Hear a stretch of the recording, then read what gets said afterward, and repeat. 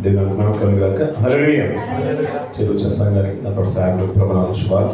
నేను మా కృపను బట్టి ప్రభుత్వాన్ని దేవుడు మనకు అనుగ్రహించాడు. ఈ ఏప్రిల్ మాసంలో ఈ రీతిగా పరిశుద్ధ శుక్రవారం ఆయన సన్నిధిని అనుభవించి కృపనిచ్చిన విధానం బట్టి దేవునికి ఘనత మేము ప్రభావం ఈ గొప్పలు కలుగును గాక. చిరుశ్రేణిలో మీ కుటుంబాలు గొప్పగా దీవించి ఆశ్రయించిన గాక. దేవుడు ఈ రీతిగా పిల్లలు మరొక తరుణాన్ని దేవుడు మాకు అనుగ్రహించడం. గతించిన మార్చి నెలలో మనం ఎక్కువగా సమకలసిన దాని కుడికలు మనం పాల్గొన్నాం. మన ధ్యాన గ్రంథం నుంచి సంఖ్యాకాండం నుంచి తిరిగి యథావిధిగా కొన్ని విలువైన మాటలు మనం ధ్యానం చేయడానికి మనం ప్రయత్నం చేద్దాం. ఎందుకు ఈ మాటలు దేవుడు మనకు అనుగ్రహిస్తున్నాడు ఈ ఆధునిక కాలంలో, ప్రత్యేకంగా ఈ కొత్త నిబంధన కాలంలో మరి ఈ మాటలు మనం ఎందుకు ధ్యానించాలంటే గతించిన దినాల్లో ఒక మాట చూసుకుని మనం ముందుకెళ్ళాం. అదే విధిగా పౌలు గారు సంఘానికి తెలియజేసిన మాట రోమిల రాష్ట్ర పత్రిక 15వ అధ్యాయం 4వ వచనం నుంచి కొన్ని మాటలు పౌలు గారు మన గురించి మాట్లాడుతున్నాడు. ఏమని మాట్లాడుతున్నాడో చూద్దాం పిల్లలు. లేఖనాన్ని 15వ అధ్యాయం 4వ వచనం. ఎలాగనగా ఓర్పు వలనను లేఖనం వలన ఆదరణ వలనను మనకు నిరీక్షణ కలుగుటకై పూర్వమందు వ్రాయబడినవన్నీ మనకు బోధ కలుగు నిమిత్తము సరిపోతుంది. పూర్వమందు రాయబడిన ప్రతి లేఖనం అంట ధర్మశాస్త్రం. మనకంటే ముందు రాయబడేది, ఇంకా చెప్పాలంటే కొత్త నిబంధన కూడా మనకంటే ముందే రాయబడింది. కానీ ఇప్పుడు కొత్త నిబంధన కాలం ఉన్నాం కాబట్టి, ప్రభు అయిన వచ్చి వెళ్ళిపోయిన కాలంలో ఉన్నాం కాబట్టి, ఆయన రెండవ రాకడికి మనం సమీపిస్తున్నాం కాబట్టి, ఆ పూర్వమందు రాయబడిన ప్రతి లేఖనం అంట మనకు బోధ కలుగు నిమిత్తమే రాయబడి ఉందంట. దాంట్లో నేర్చుకోవడానికి చాలా ఉన్నాయి. అందుకనే ఈ ధర్మశాస్త్రము మనకు బాల శిక్ష కూడా ఆయన అంటారు పౌలు గారు. అంటే నేర్చుకోవడానికంట ఒక మనం ఉన్నత దశలోకి వెళ్ళాలంటే ముందు బేసిక్స్ ఎలాగైతే ఒకప్పుడు పెద్దవాళ్ళు మనకంటే ముందున్న తరవాళ్ళు అనేవాళ్ళు పెద్ద బాల శిక్ష అనేవాళ్ళు.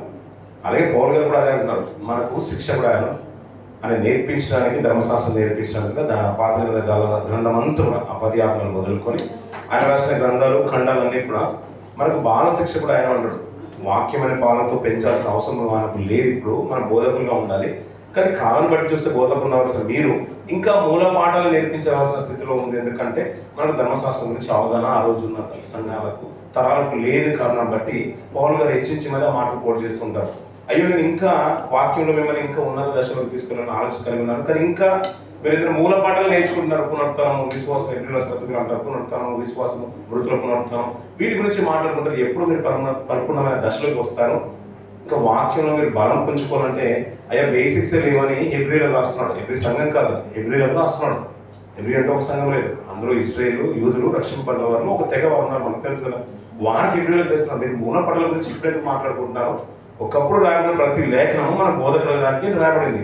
వాటిని ధ్యానిస్తే ఇప్పుడు ఎలా ఉండాలంటే ఇంకా ఉన్నతమైన దశలో మనం చేర్చబడాలి. కానీ కాలాన్ని బట్టి చూస్తే బోధకులు ఉండవలసిన మనము కాలానికి వ్యతిరేకంగా ఇంకా బేసిక్స్ నేర్చుకుంటున్నామని పౌలు గారు ఒక బాధని వ్యక్తపరిచినట్టుగా మనము ఎబ్రియు రాసిన పత్రికలో మనం చూస్తున్నాం. ఎందుకు రాబడిన లేఖనాలు అంటే కూడా మనకు బోధకులు రాబడినంట. సంఖ్యాకాండంలో గతించిన దినాలు మనం విన్నప్పుడు ఇందులో ఉన్న 36 అధ్యాయాలన్నీ కూడా ఇజ్రాయేల్ 40 సంవత్సరాల ప్రయాణాన్ని మనకు సూచిస్తున్న విషయం మనం జ్ఞాపకం చేసుకున్నాం. మోసే గారే రచించారు ఈ మాటలన్నీ కూడా. అందులో ప్రత్యేకంగా మనకు జ్ఞాపకం వచ్చిన మాట ఏంటంటే, వారు సీనాయి పర్వతం నుంచి మోయాబు సరిహద్దు చేరు వరకు, అంటే యోర్దాను సరిహద్దు చేరు వరకు వారి ప్రయాణంలో జరిగిన సూచనలు, మహత్కార్యాలు, తెగుళ్ళు, విపత్తుల పరిస్థితులు, ఆజ్ఞలు, వారిలో అంటే ఆ ప్రయాణ కాలంలో సంభవించిన సంఘటనలన్నీ కూడా సంఖ్యాకాండంలో ప్రత్యేకంగా కనబడుతున్నాయి. సంఖ్యాకాండం అంటేనే వాళ్ళకి కావాల్సింది, మరి మనకు గుర్తొచ్చేది మాట ఏంటంటే వారి యొక్క సంఖ్య. అవును కదండి. ఇశ్రాయేలు సంఖ్య ఎంత అంటే మనం ఏమన్నా 6,03,350. అలా మొదటి 3 భాగాలు మనం చేసాం పిల్లలు, మనకు అర్థం అవడానికి 3 భాగాలు మనం తీసుకొని వచ్చాం. మొదటి భాగాన్ని మొదటి అధ్యాయం నుంచి 9వ అధ్యాయం అన్నాం.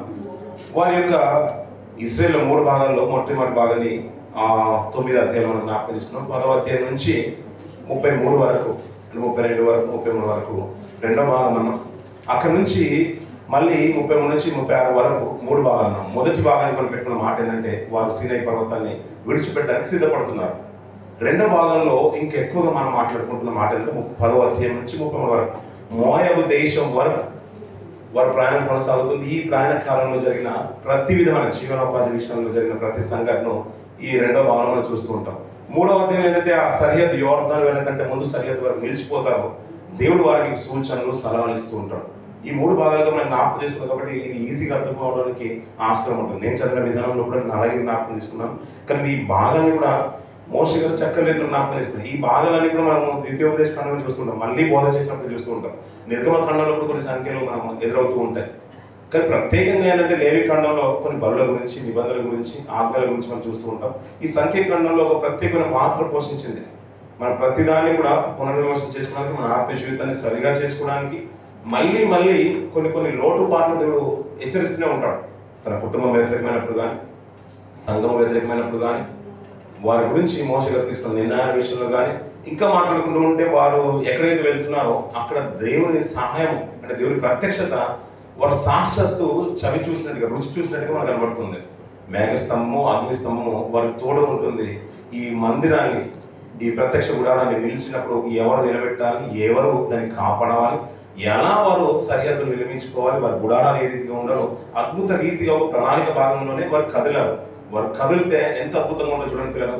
ఆ ప్రత్యక్షంగా ఉన్నప్పుడు మోసేవారు కొంతమంది, దానికి విప్పేవారు కొంతమంది, దాన్ని కట్టేవారు కొంతమంది, యాజకత్వం చేసేవారు కొంతమంది. వారు కొన్ని 6 గూడుబడులు కనబడుతున్నాయి. అవి ఒక గోత్రం వారికి కాంతిలకు ఇవ్వబడలేదు, వారు భుజాల మీదే మోయాలి. ఈ రోజుల్లో చూస్తున్న కొన్ని నిబంధనలు, లేకపోతే హైందవ సోదరుల మధ్యలో వారు భుజాల మీద పెట్టుకుని భారంగా మోస్తూ ఉంటారు. ఇవన్నీ కూడా మనం చూస్తూ ఉంటే బేసిక్స్ అంతా కూడా బైబిల్లో నుంచి తీసుకున్నది అన్నట్టుగా మనకు అర్థమవుతూ ఉంటుంది. ఎందుకంటే తర్వాత వచ్చిన గ్రంథాలు కాబట్టి ఆటోమేటిక్గా దానికంటే ముందు ఒకటి ఉంది కాబట్టి దాని నుంచి కాపీ చేయడం అనేది మానవ సహజం. అలా వచ్చే ప్రతి గ్రంథము, దాని తర్వాత రావడం ప్రతి గ్రంథము దీంట్లో నుంచి తీసుకోవడానికి ఆస్కారం ఎక్కువగా ఉండే అవకాశం ఉంటుంది.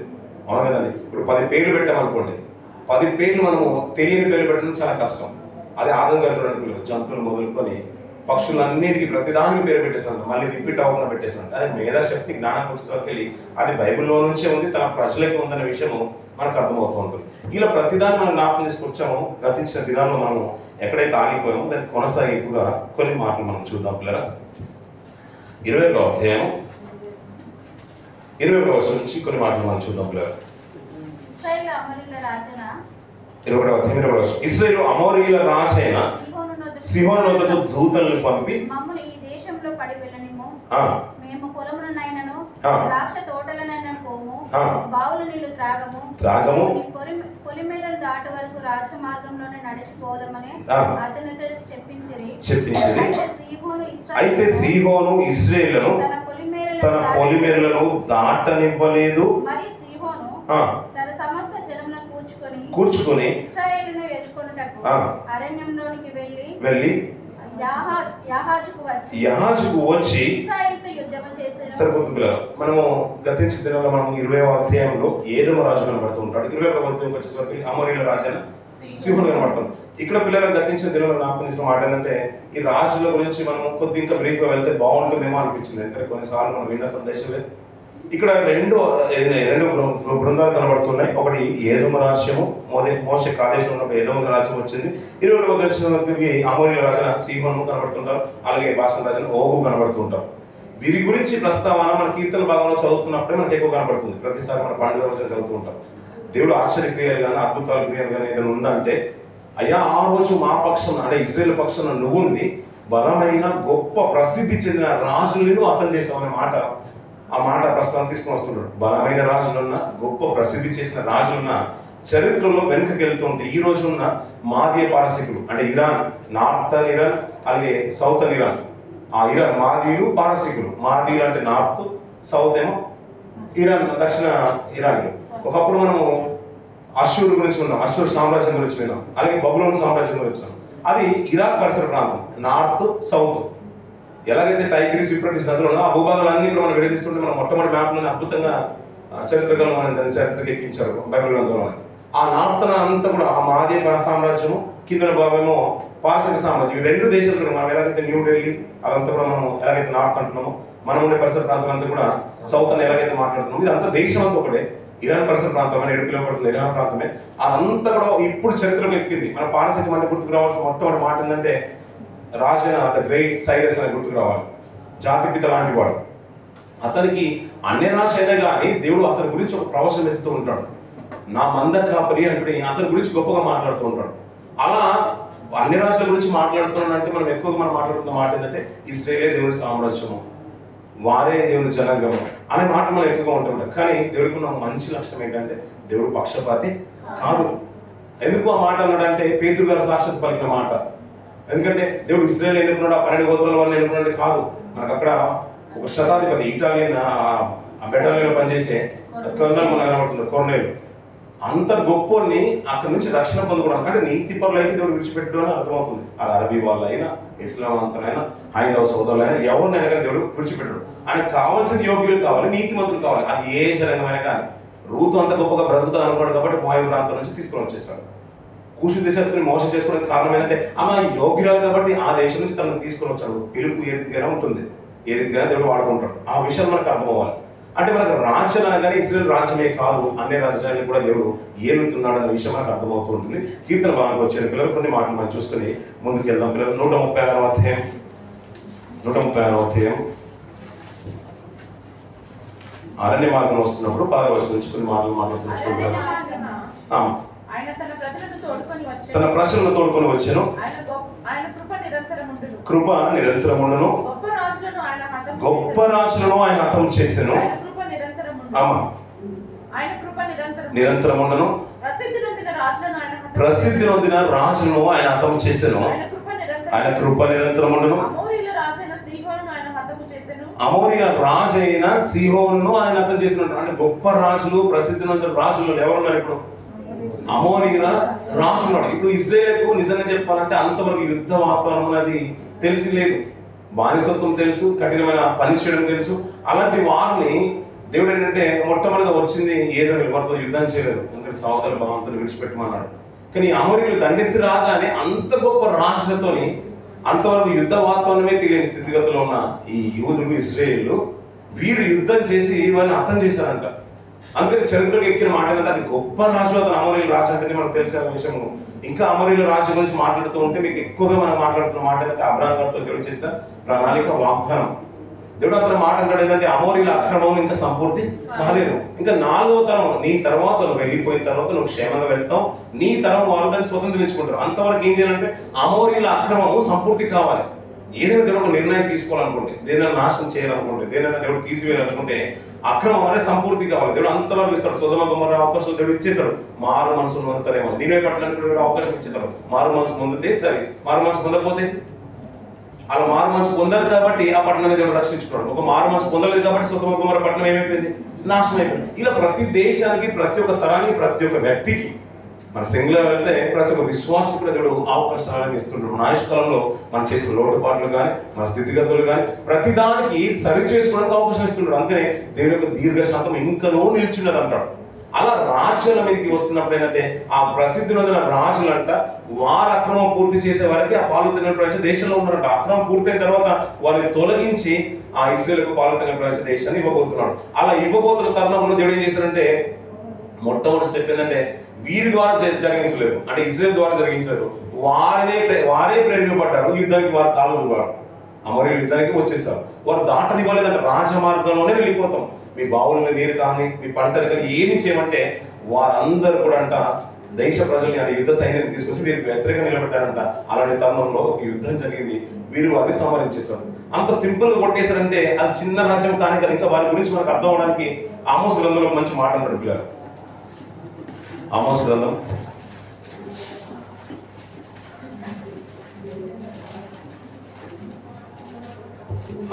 2వ అధ్యాయం 9వ వచనం చూడండి పిల్లలు. ఆమోస్ గ్రంథము 2వ అధ్యాయం 9వ వచనం. దేవదారు వృక్షమంతా ఎత్తైన వారును, సింధూర వృక్షమంతా బలము గలవారు నగు అమోరీయుల వారి ముందర నిలవకుండా దేవుడు చెప్తున్న మాట ఏంటంటే, శాశ్వత దేవుడు చెప్తున్న మాట ఏంటంటే అమోరీయులు అంటే ఇప్పుడు మనము బాగా తెలిసిన మాట మోషే. ఇప్పుడు మనం ఇప్పుడు 21వ అధ్యాయానికి వచ్చేసాం. అంతకంటే ముందుగానే కొంతమంది వేగి చూడడానికి వెళ్ళారు. ఎంతమంది వెళ్ళారు? వేగి చూడడానికి ఎంతమంది వెళ్ళారు? 12 మంది వెళ్ళారు పిల్లలు. అందులో ఎక్కువ మంది సాక్ష్యం ఎలా ఉందంటే ఆ జనాంగము చాలా గొప్పది. అంటే వాళ్ళు ఎలా ఉన్నారంటే వారి దృష్టికి మేము ఎలా ఉన్నామంట విడుదల వల్ల ఉన్నాము. వారి దృష్టికి లేకుండా మా దృష్టి కూడా మేము అలా కనిపించామన్నారు. ఎందుకంటే జనాంగం అలాంటిది. వారి గురించి దేవుడు చెప్పిన సాక్ష్యం ఏంటంటే దేవదారు వృక్షమంతా ఎత్తైన వారును, సింధూర వృక్షమంతా బలము గాని వారగు అమోరీయులు అంటాడు. అమోరీలంట అంత బలం ఉందంట, అంత ఎత్తుందంట. మరి అలాంటి వారి దగ్గర ఇజ్రాయేల్ ఎలా నిలవగలుగుతారు? అందుకనే వారిద్దరి సాక్ష్యం, అంటే 10 మంది సాక్ష్యం కంటే వారిద్దరి సాక్ష్యము చాలా ప్రాముఖ్యతకు వచ్చింది. అంటే వారి సాక్ష్యమే, వారి టెస్టిమోనీని బట్టే వారి తర్వాత తరాలు నిలబడ్డాయి. వారు వస్త్రాలు చెప్పుకున్నారు. ఇంతవరకు నడిపించిన దేవుడు మనం నడిపించలేడా? ఒకవేళ మన యందు దేవుడు ఆనందిస్తే ఆ విషయాన్ని మనం చేకూర్చగలుగుతాడు, వారిని సైతము సంహరించగలుగుతాడు. ఎందుకంటే దేవుడు మన పక్షం ఉంటే యుద్ధం చేయాల్సిన అవసరం లేదు. అల్టిమేట్ గా దుష్టుడు వాడే పారిపోతాడు. అందుకే ఎరుక గోడలు కూర్చడానికి ఎంత పెద్ద బెటాలియన్ అంటే రథాలు సైతము అంటే రాళ్ళు విసిరగల యంత్రాంగాన్ని దావీదు గారి కాలంలో మనం చూస్తూ ఉంటాం. కోట గోడలు కూల్చవలసినాయి. అలాంటి కోట గోడలు కూల్చడానికి ఎరుక గోడల దగ్గరికి వెళ్ళినప్పుడు ఇజ్రాయెల్కి ఏమీ లేదు, అయినా కూల్చబడ్డాయంటే కారణం వారు ఏదో గొప్పగా దాని చుట్టూ ఏదో అంటే అంత అనుభవం నాటిన విధానం కాదని. 7 రోజులు ఏం చేశారు? ప్రదక్షిణ చేశారు. 6 దినాలు ఒక్కొక్క చుట్టూ వచ్చారు. 7 దినాలు 7 చుట్టూ తిరిగారు. వారు ఆర్భాటించారు అంతే. దేవుడు గొప్ప విజయం చేకూర్చారు. లేదంటే ఆ కోట గోడలన్నీ కూడా కూల్చివేసేసారు పిల్లలు. అంటే ఆయన ఉంటే ఎలాంటిదైనా కానీ మనము జీవితంలో పొందుకోగలుగుతాం అనేది అలాంటివి చాలా ఉన్నాయి. అందుకనే పాత నిబంధన గ్రంథం అంట మనకు బోధ కలగడానికి నీ ముందున్న ఎలాంటిదైనా కానీ అది ఎలాంటి అడ్డుగోడలు కానీ మన ఆత్మీయ స్థితిలో ఎదురయ్యే ప్రతి ఆటంకులన్నీ కూడా దేవుడు ఇట్టే కూల్చగలుగుతాడు. అంటే ఆత్మీయ స్థితిలోనే కూల్చగలదంటే అది శారీరకంగా కూడా దైనందిక జీవితంలో ఎదురయ్యే ప్రతి సంఘటన కూడా అది మన కష్టమైన పనియే కానీ మన కష్టమైన స్థితిగతులే కానీ మన ఆర్థికమైన ఇబ్బందే కానీ అనారోగ్యమైన స్థితులే కానీ ఏదైనా కానీ అది అదే చేయనప్పుడు అంటే అదే చేయగలిగినప్పుడు కంటికి కనిపించని ఆత్మ విషయంలోనే దేవుడు ఎన్నో మేలు చేసినప్పుడు ఈ కంటికి కనిపించే విషయంలో చేయలేడా? అందుకని ఎరుక గోడలే మనకు సాదృశ్యం. అలాంటి కోట గోడలే కూల్చగలిగినప్పుడు అంట ఇవన్నీ కూడా మన ముందున్న ప్రతి అడ్డంకులు దేవుడు కూల్చలేడా? డెఫినెట్గా కూల్చుతాడు. కానీ దానికంటూ ఏంటంటే మనకంటూ ఒక కమిట్మెంట్ కావాలి. దేవుడు మన యందు ఆనందించే స్థితి మనలోకి రావాలి. ఆయన ఆనందిస్తే వారి ఇద్దరి సాక్ష్యం వారి టెస్ట్ మనం ఎలాగైతే సాదృశ్యంగా నిలిపిందో ఆ 6,25,00,000 జనాంగానికి యెహోషువ కాలంలో యొక్క సాక్ష్యము మన సాక్ష్యం కూడా మంచిదైతే దేవుడు ఎలాంటి కోటగోడలైనా కూలుస్తూ ఉంటాడు. ఆ అమోరీలు అంటే ఎలాంటి వారు అంటే దేవదారు వృక్షం అంతా ఎత్తైన వారు అంట పిల్లలు. ఎత్తైన వృక్షాల గురించి మనం ఎక్కువగా వింటూ ఉంటాం. ఆ దేవదారు వృక్షాలు చాలా ఎత్తైంది. మన వెసలము గుడారాన్ని అంటే దేవాలయం కట్టినప్పుడు కూడా ఎత్తైన బలమైన వృక్షాలు కట్టడానికి ఆ దాని చెట్లు నరికే వారు కూడా అవసరమైంది. అలాంటి వారు అంత ఎత్తున్న వారు అంటే బలం విషయంలో మాట్లాడుతూ సింధూర వృక్షం అంతా బలమైన వారు. అలాంటి వారి గురించి దేవుడు చెప్తున్న మాట అంటే వారు 10 మంది చెప్పిన సాక్ష్యంలో తప్పేం లేదేమో అన్నట్టు అనిపించింది. ఎందుకంటే అంత గొప్పవారు, అంత బలమైన వారు, అంత ఎత్తైన వారు. మరి వారు చెప్పింది నిజమే కదంటే వారు దేవుని మీద ఆధారపడలేదు. అంటే మనుషుల రూపాన్ని చూసారు. అవును నిజమే, వారు గొప్పవారే, బలవంతులే, కానీ దేవుడు మన పక్షం ఉన్నాడు, ఆ విజయం చేకూర్చలేడు అని దేవుడి మీద డిపెండ్ అవ్వలేకపోయారు. అంతే, దానిలో పొరపడంతా కూడా అక్కడే జరిగింది. అందుకనే మన దైనందిక క్రియల్లో కానీ మన ఆత్మస్థితిగతుల్లో కానీ మన అందరికి కనబడినట్టుగా మనకు కనబడుతూ ఉంటుంది. చూసే విధానంలోనే మార్పు ఉంటుంది. ఎందుకంటే చుట్టూన్న సైన్యం చూసి గేహజీ ఏమనుకున్నాడు నా పనివాడు, అయ్యా గొప్ప సైన్యం మన ముందు, దీంట్లో నుంచి ఎవరు మనల్ని రక్షించలేము. కానీ ప్రవక్త చూసిన విధానం మీద నువ్వు అదే చూసినావు, కానీ నీ మనోదృష్టి కంటే నీ అంతరంధ్రులకు మన మనోనేతలకు గుడితనం కలిగజేసినప్పుడంట మనకు కనిపించేది మనిషి రూపమే కనబడుతుంది. ఒకవేళ ఇది కనుక వెలిగింపబడుతుంటే లోతైన విషయం మనం ఆలోచించగలుగుతాం. ఎప్పుడైతే తను ప్రార్థన చేసినంట వారి చుట్టూ అంట పర్వతం చుట్టూ అగ్ని రథాలు కనిపించినాయంట. అంతేకదండి పిల్లలు, అందరూ చూస్తూ ఉంటాం. లేఖనాన్ని కూడా మనం అలాగే చూస్తూ ఉంటాం. అందరూ చదివినట్టు మనం చదువుకుంటాం. కొంతమందికి కొద్దిగా డీప్గా అర్థమవుతుంది, కొంతమంది పైపైన అర్థమవుతుంది. చూసే విధానం దాంట్లోనే తేడా ఉంది. అంతే కదండి. కొంతమంది ఒక మనిషిని చూశారనుకోండి, కొంతమంది అసహించుకుంటారు, కొంతమంది చూస్తే దీనత్వం కలుగుతుంది కొంతమంది. అంతే కదండి. అప్పుడప్పుడు ధనవంతులు పక్కన భిక్షగాటన వచ్చినప్పుడు కొంతమంది త్రోసి వేస్తూ ఉంటారు, రాజకీయ నాయకులు కానీ సినిమా ఇండస్ట్రీలో ఉన్నవారు కానీ. కొంతమంది ఏంటంటే అలాంటి వారి దగ్గర తీసుకొని ఒక సెల్ఫీ తీసుకొని ఇలాంటి వారు కూడా ఉంటారు. అంటే విధానంలో మార్పు ఉంటుంది. అంటే మన ఆలోచన విధానంలోనే మార్పు ఉంది. కనబడేదంతా కూడా ఒక రకంగా కనబడుతుంది, కానీ చూసే విధానంలోనే మార్పు ఉంది. ప్రవక్త దృష్టితోనే చూస్తున్నాడు. దేవుడు తన పక్షంలో ఉన్నాడు, గొప్ప కార్యం చేస్తున్నాడు. చేసేది ఎవరు పని చేస్తున్నాడు? అతను దేవుడు పని చేస్తున్నాడు. అల్టిమేట్ గా దేవుడు ఏం చేస్తాడు? వారి పనిలో ఉంటాడు. గేహజీ ఏం చేస్తుంటే యజమానికి సేవ చేస్తుంటే, కానీ నేను చేసేది యజమానుకైనా అతను చేసేది దేవుని పరిస్థితి కాబట్టి అల్టిమేట్ గా తన తర్వాత నేనే పరిచర్యకుడు అవ్వాల్సిన వాస్తవం అతను గ్రహించలేకపోయాడు. అందుకని చూసే విధానంలో మార్పు వచ్చింది. తన ప్రజల్ని రథాలని చూస్తాడు. అగ్ని రథాలను దేవుడు ఇచ్చిన విషయం మాత్రం కనిపించలేదు.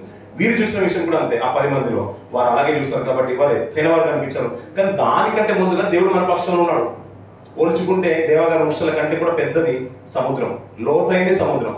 దాన్ని పారిగా చేసిన వాడు వీరిని నాశనం చేయాలనే ఆలోచన వారు 10 మందిలో పుట్టలేకపోయింది, కానీ ఇద్దరిలో పుట్టింది. కాబట్టి నేటికి వారిని మనం జ్ఞాపకం చేసుకుంటాం. అవును కదండి. వీరు కూడా అంతే అంట. అంత బలమైన జనాంగము నిజంగా దాన్ని ఎక్కడ వారు పురుడి పోసుకున్నారు, దానికి కారణం ఏంటి, ఎక్కడ పుట్టుకొచ్చారంటే ఆదికాండంలో భక్తులకు మంచి మాట మాట్లాడుతుంటారు. దాని గురించి మనం చూద్దాం. ఆదికాండం ప్రారంభ దశకు వచ్చిన పిల్లలు వారి గురించి చరిత్రలో భక్తులు మన దేవుడు మనకు రాయించిన మాటల నుంచి కొన్ని మాటలు ఈ అమోరీల గురించి కూడా మనం వింటూ ముందుకెళ్దాం. నోహ గారి కాలంలో 10వ అధ్యాయం మొదటి కొన్ని మాటలు చూడగలరా? ఇది నోహు కుమారుడు షేము, హాము, యాఫెతు అను వారి వంశావళి. సరిపోతుంది పిల్లలు. జలప్రలయం వచ్చినప్పుడు ప్రపంచంలో ఉన్న జనాభా అంతా కూడా నాశనం అయిపోయింది. మనకు తెలిసిన మాట కదా. ఒక తరము మాత్రమే ముందుకు వస్తుంది, అది నోహు గారి తరము. వారికి 3 కుమారులు, 3 కోడళ్ళు ఉన్నారు. ఆ జలప్రలయం గురించి మాట్లాడుతూ 80 మాత్రమే రక్షింపబడ్డారు. చేపలు అంటే జలంలో ఉన్న సంచరించే వాటి, ఆ ఓడలోకి ఎక్కిన వాటి, దేవుడు వాటిని మాత్రమే రక్షించుకుని మిగతా వాటిని అంతా కూడా నాశనం చేశాడు. నోహు గారి కాలంలో 3 ద్వారా తిరిగి 3 కుమారుల ద్వారా ఆయన 3 కుమారులు ఉంటారు. ఈ పేరు మనకు నోటెడ్ కదా, షేము, హాము, యాఫెతు. ఈ 3 తర్వాత జనరేషన్ భూమి మీద విస్తరించడం ప్రారంభించింది. మనకు అన్నమాట అప్పుడప్పుడు వింటూ ఉంటాం, మనం గూగుల్ చేసినా కానీ నాసా పరిశోధనలు వినడం గురించి కానీ మనం గొప్పగా చెప్పిన మాట ఏంటంటే, ఆ రోజు కూడా నేటికి కనబడ్డది ఎక్కడ నిలిపించిందంట, అది ఆరాధనతో ప్రాంతంలో నిలిచిందంట. ఇంకా చెప్పాలంటే అది 2 నదుల మధ్య నిలిచింది. ఆ మెసపొటేమియా నాగరికత, అది పూర్వం మెసపొటేమియా నాగరికతకు ఇంకా మరి అంటే దారి చూపిన దాంట్లో. ఎందుకంటే ఎక్కడైనా గుర్తుంచుకోవాల్సిన మాట అంటే, ఎక్కడైతే స్వచ్ఛమైన నది ఉంటుందో అక్కడే మనుగడ ప్రారంభించబడుతుంది. మన సింధు నాగరికత గురించి మేము ఎక్కువ వింటూ ఉంటాం. అవన్నీ కూడా నదీ పరిసర ప్రాంతాల్లో ఎక్కువగానే డెవలప్ అవుతూ ఉంటాయి. అంటే సముద్రాల భాగంలో ఉన్నదంటే తాగడానికి సరైన రీతిలో వాడుకోలేము కాబట్టి తక్కువగా ఉంటాయి. కానీ ఎక్కడైతే నదులు ఉంటుందో అక్కడ నాగరికత మనుగడ ఇంకా కూడా పోసుకుంటున్న విషయం మనం గుర్తెరుగుతూ ఉంటాం. అలాగే మాట్లాడుతూ వీరు నిలిచిన వాడ తర్వాత నోహు గారి గురించి మాట్లాడుతూ షేము, హాము, యాఫెతు వారి వంశావళి. జలప్రలయం తర్వాత వారి కుమారులు పుట్టిరి. వీరంట ఏ విధంగా మాట్లాడుతున్నారో చూడండి. యాఫెతు కుమారులు గోమేరు, మాగోగు, మాదాయి, యావాను, తూబాలు. ఇప్పుడు తూబాలు అన్నప్పుడు గుర్తుకు రావాల్సింది, తూబాలు అంటే తుర్కీ, మేషేక్ అంటే మాస్కో. ఇవన్నీ కూడా మాట్లాడతారు. తీరాసు అనువారు, గోమేరు కుమారులు, అష్కరా. ఇక్కడ యాఫెతు కుమారుడు అని చెప్పాడు. అని మనకు అతని కుమారులు ఎంతమంది అంటే షేము, హాము, యాఫెతు. చిన్నోడు నుంచి ప్రారంభించేశాడు దేవుడు అరాయించిన విధానంలో. చిన్నోడు సంతానం చెప్తున్నాడు. అలా చెప్పిన తర్వాత మళ్ళీ వారికి ఎవరెవరు పుట్టారో ఆ పేరు కూడా చెప్తున్నాడు కింది మాటలో. గోమేరు కుమారులు అష్కనజు, రీఫాతు, తొగర్మా అనువారు. యావాను కుమారులు ఎలీషా, తర్షీషు. తర్షీషు అంటే మనకు బాగా తెలుసు కదా, తెలిసిన మాట మనకు తెలుసు కదా. ఎక్కడ చూసాం మనం తర్షీషు అన్నమాట, యోన గారి గ్రంథంలో మనం తెలుసు. అలాగే పౌలు గారు వెళ్ళినప్పుడు కూడా తర్షీషు గురించి మాట మనకి దర్శించిన మాట మనకు కనబడుతూ ఉంటుంది. కిత్తీము, దాదోనియం అనువారు. వీరి నుండి సముద్రం అందుకున్న జనములు వ్యాపించను అంటారు. అందుకని నదీ పరిసర ప్రాంతంలో, సముద్ర పరిసర ప్రాంతాల్లో ఎక్కువగా విస్తరించడానికి ఆస్కారం ఉంటుంది. మార్గంలో అంటే ప్రయాణించడానికి కానీ మా చెట్లు నరికి సముద్రాల మీద తీసుకుని వెళ్ళిపోయారు అంట. నదీ పరిసర ప్రాంతంలోనే ఎక్కువగా మోసేవారు అంట ఆ రోజున చరిత్ర కాలంలో. ఇంకా దాని గురించి మాట్లాడుతూ వారి వారి జాతుల ప్రకారం, వారి వారి భాషల ప్రకారం, వారి వారి వంశాల ప్రకారం ఆయా దేశంలో వారు వేరైపోయింది. ప్రయాణమే లేకపోతే, సముద్రాలే లేకపోతే, నదులే లేకపోతే వీరి మనుగడ జరిగేదే కానే కాదు. అందుకనే ఈ ఓడ నిలిచింది కూడా ఎత్తైన పర్వతం మీద నిలిచింది. కిందికి దిగితే అక్కడే మనుగడ ప్రారంభమైంది. మనుగడ ప్రారంభమైంది కాబట్టి ఆ 3 సంతానం ద్వారా విస్తరించిపోతుంది. షేము, హాము, యాఫెతు. యాఫెతు గురించి మనం చూసేద్దాం. మధ్యలో ఉన్నవాడు హాము. హాము గురించి మాట్లాడుతున్నాం. హాము కుమారులు ఊషు, మిస్రయము, ఊతు, అనాను అనువారు. కానాను గురించి అయితే మనకు ఎక్కువగా తెలుసు. కానాను గురించి మనకు తెలుసు కదా. ఇంకా కానాను దేశాన్ని స్వతంత్రించుకోవడానికి వెళ్తున్నారు. కానాను కుమారుల నుంచి వచ్చిన వాడే ఈ అమోరీలు. ఆ బాగా మనం చూడండి పిల్లలు 10వ వర్షం నుంచి. కానాను తన ప్రథమ కుమారులు సీదోనును, హేతును, యోబుసీలను, అమోరీలను, గిర్గాషీలను, హివ్వీలను, అర్కీలను, సీనీలను, అర్వాదీలను, సెమారీలను, హమాతీలను కను. తరువాత కానానీయుల వంశము వ్యాపించెను అంటాడు. మనకు అబ్రహాం గారితో దేవుడు చేసిన వాగ్దానం మనకు బాగా తెలుసు కదా.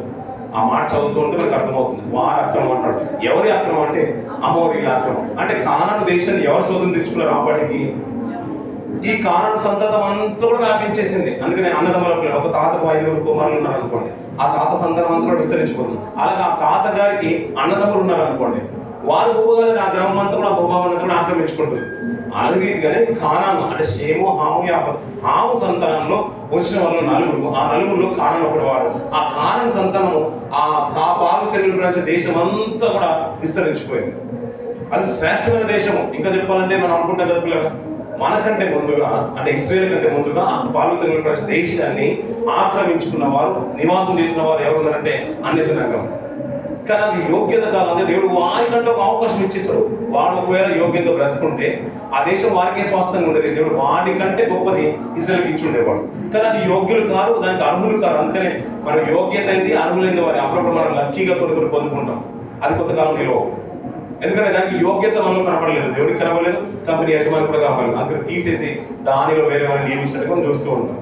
అలాగే ఆ అమోరీల అక్రమం నిలిచే వరకు అంటే పూర్తయ్యే వరకు దేవుడికి అర్థమైపోయింది ఎలాగో వారు పొందుకోలేదు. ఆ స్వాస్థ్యంగా అది తుదమట్టు వారు కొనసాగించలేరు. కాబట్టి నాకు యోగ్యులైన వారు, నా పిల్లలైన వారు ఈ పాలు తెలియని దేశాన్ని ఆక్రమించుకుంటే బాగుంటుందని అబ్రహాం గారికి వాగ్దానం చేశాడు. ఆ వాగ్దాన రీతిగానే ఈ అమోరీల అక్రమం పూర్తయ్యే వరకు అరణ్య మార్గంలో నడిపిస్తున్నాడు. అలా అరణ్య మార్గంలో నడిపిస్తున్నప్పుడు మొట్టమొదటి అటాక్ చేసే వాళ్ళు ఎదోమీయులు ఉన్నారు, తర్వాత అమోరీలు ఉన్నారు. ఈ అమోరీల రాజైన సీహోను వారు ఎలా చేశారంటే సింపుల్ గా చంపేశారు, చిన్నగా చంపేశారు. ఎందుకంటే యుద్ధంలో ప్రావీణ్యత లేదు. వారికన్నా అందరూ ట్రైనింగ్ చేసుకున్న వారు కూడా కానే కాదు. ఇంకొక మాట ఏంటంటే చాలా సందర్భాల్లో మనం వింటూ ఉంటాం, 40 సంవత్సరాలు దేవుడు నడిపించేశాడు. వారు వెళ్ళింది కానానులో ఐగుప్తులు అంటే ఇక్కడ నుంచి వెళ్తున్నప్పుడు ఐగుప్తు నుంచి వెళ్తున్నప్పుడు అంటే వాళ్ళు ప్రయాణించే దేశానికి వెళ్ళి వారు వేగు చూసినప్పుడు 40 దినాలు దేశాన్ని సంచరించి వచ్చారంట. వారు తీసుకొచ్చిన చెడ్డ సమాచారాన్ని బట్టి 40 దినాలు దేవుడు 40 సంవత్సరాలు పని అరణ్య మార్గాన్ని తిప్పేశారంట. అవును కదండి. అంటే 40 దినాలు వేగు చూశారు. 40 దినాల్లో కనుక వారు మంచి సమాచారమే తెచ్చుంటే 40 సంవత్సరాలు పట్టుండేదే కాదు. వారు తీసుకొచ్చింది చెడ్డ సమాచారం. దాన్ని బట్టి యోగ్యులైన వారిని దాంట్లో ప్రవేశపెట్టాలనుకున్నాడు దేవుడు. యోగ్యులైన వారిని దాన్ని తీసుకుని వెళ్ళిపోవాలి. అందుకని ఆ తరంలో ఇద్దరే నిలిచిపోయారంట. 40 సంవత్సరాలు వీళ్ళందరూ కూడా అంటే నెక్స్ట్ జనరేషన్ ఏం చేసిందంటే ఈ లోటుపాట్లు అన్ని కూడా నేర్చుకుంది. అంటే మా దగ్గర ఏది కొరత ఉందో వాటిని నేర్చుకుంది. యుద్ధంలో ఎలా శత్రువు వస్తే యుద్ధం ఎలా చేయాలో నేర్చుకుంది. ఆ నాయకుడికి మోసకు ఎలా లోబడి ఉండాలో నేర్చుకుంది. యెహోషువ తర్వాత ఆ స్వాధీనంలోకి వెళ్తుంటే యెహోషువకు ఏ రీతి గౌరవం ఇవ్వాలో నేర్చుకుంది. అలాగే దేవుని ఆచరించే పండుగలు ఏ రీతిగా కొనసాగించాలో నేర్చుకుంది. ఇవన్నీ కూడా బలు నేర్చుకుంది. ప్రత్యక్షపడాలని ఎలా నిలబెట్టాలో నేర్చుకుంది. తర్వాత తరం అన్ని కూడా క్రమంగా నేర్చుకుంది. ఈ 40 సంవత్సరాలు నిజంగా దేవుడు ఏం చేశారంటే అప్పుడప్పుడు పిల్లల ట్రైనింగ్ కోసం అంటే కొన్ని సంవత్సరాల క్రితం మనం వినేవాళ్ళం పెద్దలు గురుకుల విద్యను అంట అభ్యసించడానికి కుటుంబం నుంచి చిన్న ఒక వయసు వచ్చినప్పుడే పంపించేసేవాళ్ళంట. కొన్ని సంవత్సరాలు అక్కడ ఉండేవాళ్ళంట. సంపూర్తి అయితే కానీ వారిని తిరిగి ఇంటికి పంపించేవాళ్ళు కాదంట. కొన్ని వేల సంవత్సరాల క్రితం, 100 సంవత్సరాల క్రితం అలా ఉండేదంట బోధన విధానం అంతా కూడా. ఆ రీతిగా 40 సంవత్సరాలు ఈ తర్వాత అంటే ఈ 6 లక్షల జనాంగంలో నేర్చుకున్న వారు చాలా తక్కువ. యోషువ కాలం తక్కువ, నేర్చుకున్న వారు తక్కువ. అందరూ ఆ అరణ్యంలో రాలిపోయినట్టు కనబడదు. కానీ తర్వాత తరం మాత్రం వీరిని చూస్తూ ఒక పాటనే నేర్చుకుంది. ఎలా బ్రతకాలి దేవుని కొరకు, ఎలా ఆయన ఆజ్ఞలు కొనసాగించాలి, ఏ రీతిగా మేము లోటుపాట్లు సరి చేసుకోవాలి, వీరన్నీ కూడా దేవుడు ఒక పాఠాన్ని వారికి నేర్పించేసాను. ఎందుకంటే వారు చూసిన ప్రతిదీ కూడా ఆశ్చర్యం అనిపించింది. ఎందుకంటే చెప్పులు అరిగిపోలేదు 40 సంవత్సరాల పిల్లలు. మనం ఒక సంవత్సరం చెప్పులు వాడడానికి కష్టపడుతూ ఉంటాం. మనం అప్పుడు చూడాలి ఈ పండుగ వేసుకున్న బట్టలు వచ్చే సంవత్సరం రావు పిల్లలు.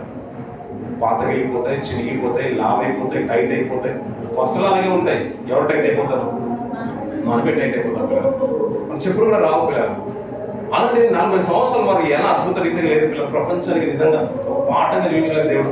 అంటే ఆయన మీద ఆధారపడి ఉంటే ఎలాంటిదైనా కానీ దేవుడు చేయగలుగుతాడు, ఎలాంటి దాంట్లో నుంచి నడిపించగలుగుతాడు, ఇలాంటి అద్భుతాలు ఎన్నైనా చూడగలుగుతారని వారు ముందు పెట్టేస్తారు పిల్లలు. అలాంటప్పుడు ఎలా ఉండాలి? కానీ చాలా మంది కాలగర్భంలో కలిసిపోయారు. ఈ అమోరీలో ఎదురు వచ్చినప్పుడంట వారిని ఇలాగే ఓడించేస్తారంట. ఆ ఓడించిన తరుణం గురించే మాట్లాడుతూ సంఖ్యాకాండం ఇందాక చదువుతున్న మాటను మనం ముందుకు వెళ్ళిపోవాలి పిల్లలు. 23వ వర్షం నుంచి మనం మార్చుదాం. అయితే సీహోను ఇశ్రాయేలును తన పొలిమలను దాటనివ్వలేదు, మరియు సీహోను తన సమస్త జనములను కూర్చుకొని ఇశ్రాయేలును ఎదుర్కొనుటకు అరణ్యంలోకి వెళ్ళి యహాజుకు వచ్చి ఇశ్రాయేలుతో యుద్ధం చేసెను.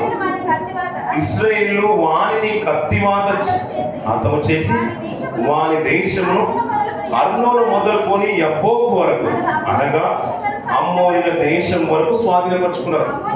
సరిపోతుంది పిల్లలు అని ఇందాక అన్నాం కదా. ఆయన తీసుకున్న నిర్ణయం ఏంటంటే వారే పొరపాటు చేస్తున్నారు. దేవుడు అవకాశం ఏంటంటే వారికి ఇచ్చేశారు. ఇప్పుడు 40 సంవత్సరాలు అంటే 400 సంవత్సరాల యొక్క అక్రమం సంపూర్తి అయిపోయింది. ఇది ఎవరి తరంలో జరుగుతుందంటే మోషే గారి తరంలో జరుగుతుంది. వారు పాల్గొనే దేశాన్ని ఆక్రమించుకోబోతున్నారు. అలా ఆక్రమించుకోకుండా ముందుగా స్టెప్ తీసుకున్న వాళ్ళు ఎవరు ఉన్నారంటే ఈ అమోరీల రాజైన సీహోనే కనబడుతున్నాడు. అనవసరమైన ఆలోచన. అంటే మన యూద రాజులు కూడా కొన్ని చరిత్రలు మనం జ్ఞాపకం చేసుకుంటే కొంతమంది గొప్ప రాజులు ఉన్నారు. దాంట్లో కూడా ఐగుప్తు రాజు చేత కూడా దేవుడు మాట్లాడించాడు. అయ్యా రాజా, నేను నీతో యుద్ధం చేయడానికి రావట్లేదు, నేను మీ దేశం దాటి వెళ్తున్నాను, వేరే రాజుతో యుద్ధం చేయడానికి వెళ్తున్నాడు. ఆ రాజు వెళ్ళిపోతుంటే మన యూద రాజు అనవసరంగా వెళ్ళి తన ప్రాణాలను అర్పించుతుంటాడు. గొప్ప రాజులే ఆయన వెళ్ళి యుద్ధం చేస్తుంటే ఆ అన్య రాజుతో దేవుడు మాట్లాడిస్తున్నాడు. దేవుడు నాతో మాట్లాడిస్తున్నాడు, నా మాట ఆలకించి నా మార్గంలో నువ్వు తప్పు అంటాడు. అనవసరంగా యుద్ధం వెళ్ళి అక్కడ ప్రాణాలు కోల్పోతుంటాడు. ఇక్కడ ఏంటంటే అమోరీల రాజు రాకుంటే బాగుండేది, వేరే విధంగా ఉండేదేమో. ఆయనకు గొప్ప ఆధిక్యత ఉండొచ్చు. ఆయన వచ్చి వీరితో యుద్ధం చేస్తున్నాడు. ఈ ఇశ్రాయేలు అంతవరకు కత్తి వాడడం తెలియని ఇశ్రాయేలు అతని కత్తివాత చేత అర్థం చేసి ఆ దేశాన్ని అంతా అనగా అమోరీల దేశంలో స్వాధీనపరుచుకుని అన్నాడు. అర్నోను మొదలుకొని యబ్బోకు వరకు అమోరీల పొలిమైన దుర్గమైనది అంటాడు పిల్లలు. అదొక దుర్గమైనది, ఎందుకంటే దాని ద్వారానే అక్కడి నుంచే ఈ కానను ప్రారంభమవుతుంది. వారిని ఆక్రమించుకోవడం ప్రారంభించింది పిల్లలు. ఆక్రమించుకున్నారంటే ఇక్కడ నుంచి సరిహద్దు మొదలవుతుంది. మనం అనుకుంటాం కదా, వాళ్ళు మొత్తం ఆక్రమించుకున్న వరకు అక్కడికి వెళ్ళి పంట చేసుకున్న వరకు అంట మన్న కురవడం మానలేదు అంటాడు. పొయ్యి ముగిలించు అంటే వెలిగించే వరకు అంట పొయ్యి పెట్టి దాని పాత్ర పెట్టి నిప్పు వెలిగించే వరకు మన్న కురవడం మాత్రం మానలేదంట. అంటే కంటిన్యూస్గా 40 సంవత్సరాలు కురిసింది. ఎప్పుడైతే ప్రారంభం చేయబడిందో అప్పుడు మొదలుకొని వీరు అందరూ కూడా, అంటే ఈ 6 లక్షల జనాంగం అంటే 25 లక్షలు 30 లక్షల జనాంగంలో ఉన్న జనం అంతా కూడా పాలు తిన్న ప్రతి దేశాన్ని స్వాస్థ్యంగా పొందుకునే వరకు మన్న కురుస్తూనే ఉంది. అంటే మళ్ళీ మీరు దీన్ని కాకుండా వేరేది వండుకోవడానికి లేదు అన్నట్టుగా నిరంతరం కురుస్తూనే ఉంది. ఇప్పుడు ప్రారంభించిన ఆక్రమించుకోవడం ఇక్కడ నుంచి స్టార్ట్ అయింది. ఇంకా కిందికి చూస్తూ పిల్లలు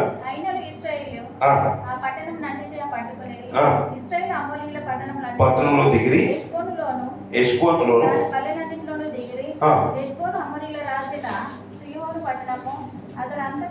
మోయాబు రాజుతో యుద్ధం చేసి అర్నోను వరకు వారి దేశం అంతా పట్టుకొనెను. కాబట్టి సామెత పలుకు కవులు ఇంట్లో చెప్పుదురు. ఈ కవులు ఈ రీతిగా చెప్తున్నారంట. ఏ రీతిగా చెప్తున్నారు చూడండి. హెష్బోనుకు రండి, సీయోను పట్టణములకు కట్టవలెను, దాన్ని స్థాపింపబలను. హెష్బోను నుండి అగ్ని బయలువెళ్ళెను, సీయోను పట్టణం నుండి జ్వాలలు బయలువెళ్ళెను.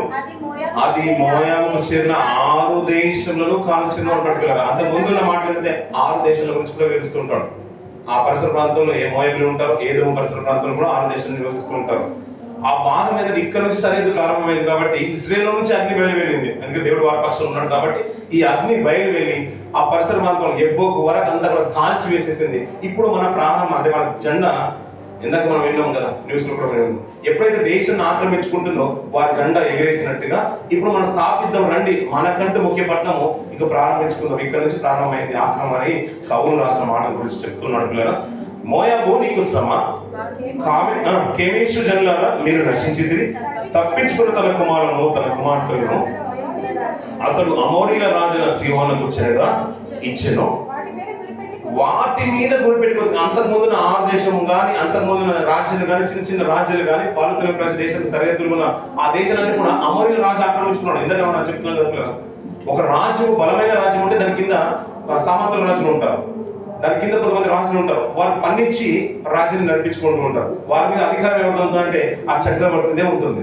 గల్ఫ్ ప్రాంతాలన్నీ కూడా, ఇస్లాం ప్రాంతాలన్నీ కూడా ఒకప్పుడు ఆధిపత్యం ఎవరిది ఉందంటే ఇరాన్ ఉండేది. అతని తర్వాత ఇరాన్ ప్రభావితం చేసింది, కానీ వీరికి ఇష్టం లేక మిళితం అవ్వట్లేదు. అలాగే నడుస్తూ ఉన్న తరుణంలో ఈ మాది పరిసర ప్రాంతం నుంచి వచ్చిన రాజులు ఎంతగానో ఏలినప్పుడు కూడా నేటి తరంలో ఉన్న రాజులు మనకు నచ్చట్లేదు ఆ పరిసర ప్రాంతంలో ఉన్న వారికి. ఆ రీతిగానే ఇప్పుడు కొడితే ఇజ్రాయెల్ కానీ అంటే అమెరికా కానీ దాన్ని కొడితే ఆటోమేటిక్గా దాని కింద ఉన్న దేశాలన్నీ కూడా ఏ రాష్ట్రంలో వెళ్ళిపోతాయి. ఇజ్రాయెల్ కానీ అమెరికా కానీ ఆ వారి రాష్ట్రాలకు వెళ్ళిపోతారు. అలాగే ఈ అమోరీల రాజు అంటే ఆ చుట్టుపక్కల ఉన్న 6 దేశాల మీద ఆధిపత్యం ఉండేది. ఆ రాజులందరూ ఎవరి రాజులు అంట హెష్బోనుకు రండి అవన్నీ చెప్తూ ఇక్కడ తిరిగి మాట్లాడుతున్నాడు. అది మోయాబుకు చేరిన 6 దేశాలను కాల్చెను. మోయాబు నీకు శ్రమ, కేమేషు జనులారా మీరు నశించింది. ఆ మోయాబు ముఖ్యమైన కేమేషు పరిసర ప్రాంతం, కేమేషు దేవత గురించి మనం మాట్లాడుకుంటూ ఉంటాం. అవన్నీ కూడా ఏంటంటే ఈ అమోరీల రాజ్యం కింద ఉండేవి. వీటిని కొట్టినప్పుడు వారి అమోరీల రాజు సీహోనుకు వారు చెరగా బంధించిన వెంటనే ఆ రాజ్యాలన్నీ కూడా ఈ ఇజ్రాయెల్ కిందికి వెళ్ళిపోయాయి. వారందరూ కూడా ఆక్రమణ ప్రారంభమైపోయింది. ఈ రీతిగానే మాట్లాడుతూ వాటి మీద గురిపెట్టి కొట్టితిమి. దిబోను వరకు హెష్బోను నశించెను, నోఫాహు వరకు దాన్ని పాడు చేసేదిమి. అట్లు ఇశ్రాయేలు అమోరీల దేశంలో దిగి మరియు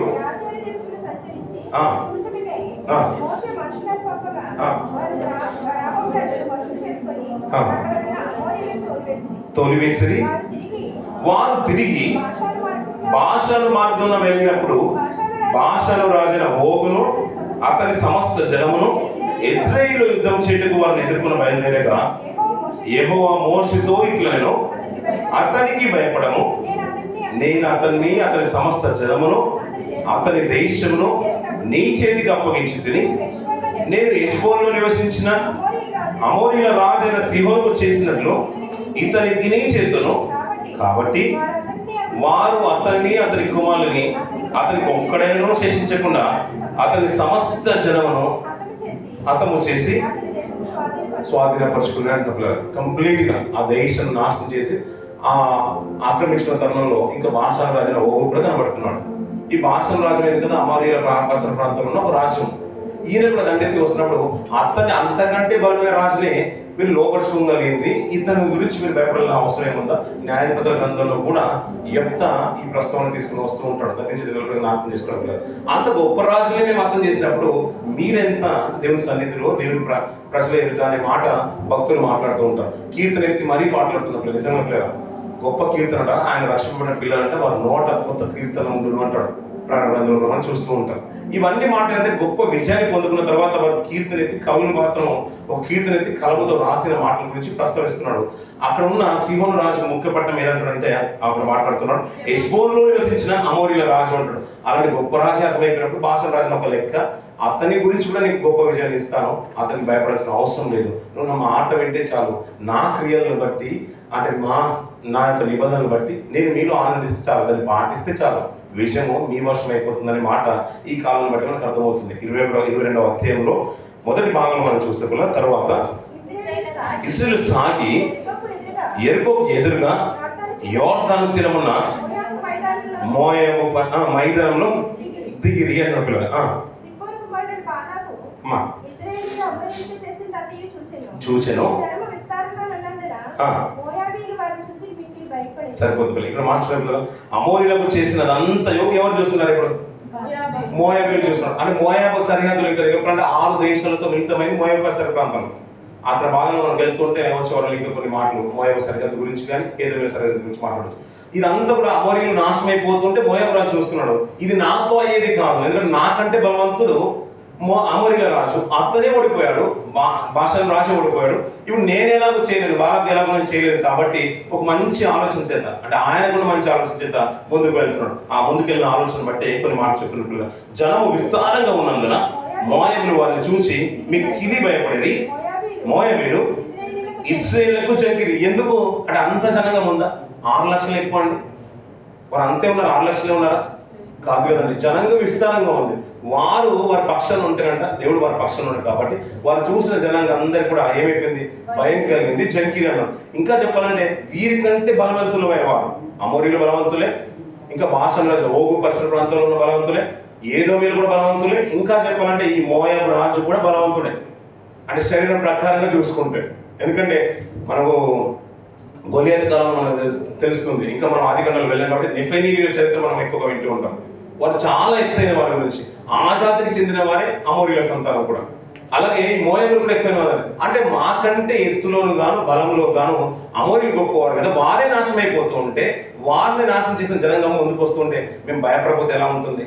అందుకని ఈ మోయాబు రాజు బాలాకు తీసుకున్న నిర్ణయం ఏంటంటే మోయాబీలు మిథ్యాన పెద్దలతో ఎద్దు బీట పచ్చికను నాకి వేయినట్లు చుట్టూ ఉన్నది యావత్తును బాలాకు రాజు కాబట్టి